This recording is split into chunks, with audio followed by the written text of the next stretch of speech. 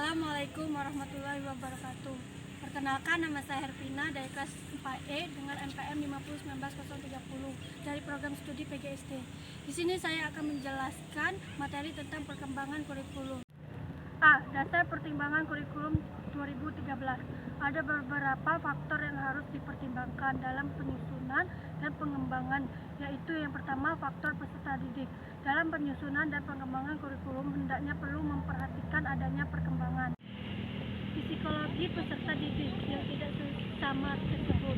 Ada 5 asas yang perlu dipertimbangkan secara mendasar, yaitu A. Asas psikologis, B. Asas pedagogis, C. Asas sosiologis, D. Asas psikologis belajar, E. Asas organisatoris. Yang kedua, faktor materi. Materi kurikulum harus mengikuti perkembangan zaman. Dengan demikian, kurikulum sudah dapat memenuhi kelebihan hidup peserta didik. 3. Faktor pendidikan. Peran guru dalam pembelajaran sangatlah penting. Baik tidaknya pelaksanaan tugas guru akan sangat menentukan keberhasilan pendidikan. Yang keempat, faktor pendekatan dan cara mendidik. Kurikulum adalah suatu yang direncanakan sebagai pegangan bagi guru untuk mencapai tujuan pendidikan. Maka dalam penyusunan dan perkembangan kurikulum juga harus menyesuaikan dengan pendekatan dan cara mendidik. B. Rasiologis perkembangan kurikulum 2013.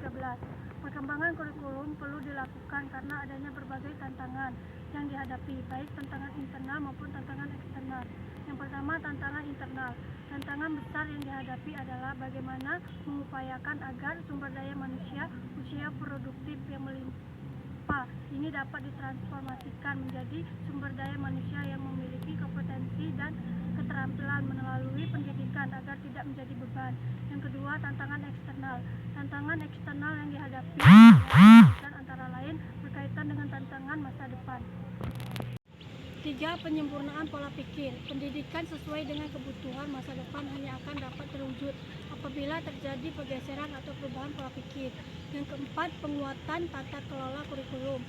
Pada kurikulum 2013, penyusunan kurikulum dimulai dengan menetapkan standar kompetensi lulusan berdasarkan kesiapan peserta didik, tujuan pendidikan nasional, dan kebutuhan.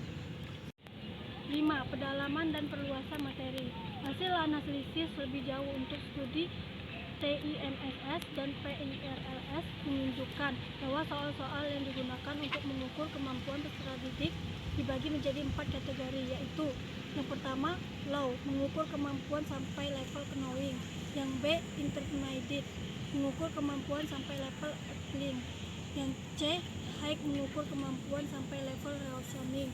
Yang terakhir, advance, mengukur kemampuan sampai level reasoning with conflict information. Baiklah, itulah yang dapat saya sampaikan. Lebih dan kurangnya saya mohon maaf. Saya akhiri. Wassalamualaikum warahmatullahi wabarakatuh.